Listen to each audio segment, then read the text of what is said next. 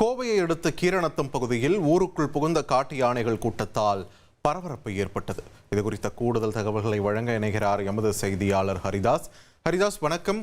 இந்த காட்டு யானைகள் புகுந்ததால அங்குள்ள நிலவரம் என்ன? விரட்டும் பணியில் சுமார் எத்தனை பேர் ஈடுபட்டிருக்கிறார்கள்? விரிவான தகவல்களை பதிவு பண்ணுங்க.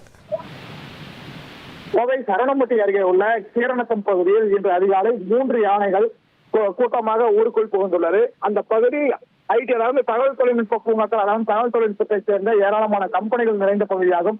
தினமும் அதிகாலை நேரம், அதே போல நள்ளிரவு நேரம் போன்ற பல்வேறு இடைவேளைகளிலும் தங்களுடைய வேலை நேரம் முடிந்து இளைஞர்கள் வீடு திரும்பும் வருகின்றனர். இந்த சூழ்நிலையில இரவு முழுவதுமே பரபரப்பாக காணப்படும் அந்த பகுதியில தற்பொழுது 3 யானைகள் ஊருக்குள் புகுந்துள்ளது. அந்த யானைகள் அங்கு இருக்கக்கூடிய நீர்நிலைகளையும் சுற்றி வருகிறது. இதனை கண்டு அதிர்ச்சி அடைந்த அப்பகுதி மக்கள் உடனடியாக வனத்துறையினருக்கு தகவல் தெரிவிக்கிறோம்.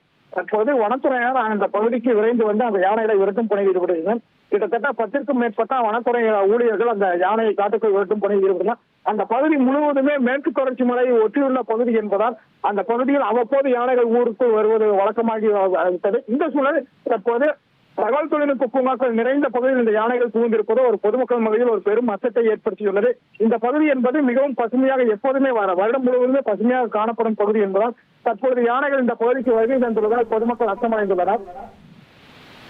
நன்றி ஹரிதாஸ், உங்களுடைய விரிவான தகவல்களுக்கு.